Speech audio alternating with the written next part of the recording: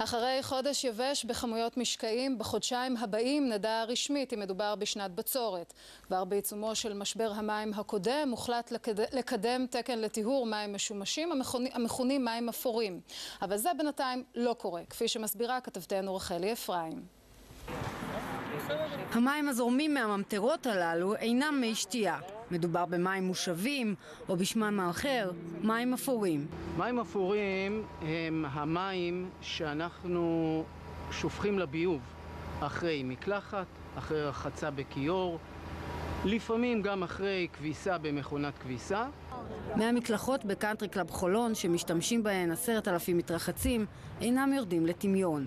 המים האלה משקים את כל שטחי המדשאות והצמחייה של הקאנטרי קלאב. מדובר בחיסכון של 300,000 שקל לשנה.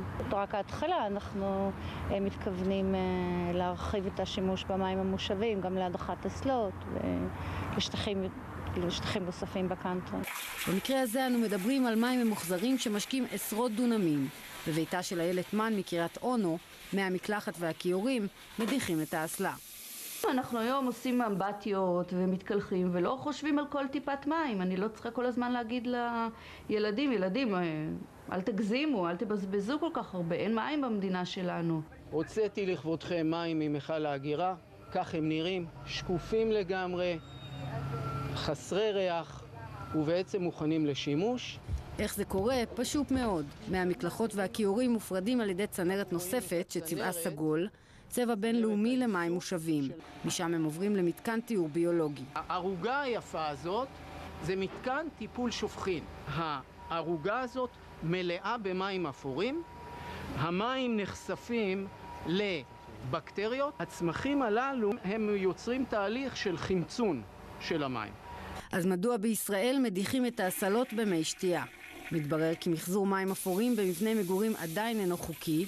בתערוכת קלינטק שתהיה החודש יציג מכון התקנים את התקן שיאפשר זאת, ולמשרד הבריאות עורם לא מעט קשיים. אם הדברים האלה יתפסו ובבתי מגורים, לפחות לא פרטיים, אבל בתי מגורים להרבה דירות, יתחילו להתקין בבניות חדשות, אז כעבור 30 שנה יחסך מפעל התפלה אחד גדול אם לא כמה. מנתוני רשות המים עולה כי מחזור המים להדחת האסלות יביא חיסכון של 35% מצריכת המים של משק בית אחד. אז אל תאמרו ישראל מתייבשת, בינתיים מי השתייה שלנו יורדים באסלה. ממשרד הבריאות נמסר בתגובה כי המשרד שותף להגדרת תקן בעניין ומוביל מהלך בין תחומי ובין משרדי להגדרת התנאים לשימוש במים אפורים.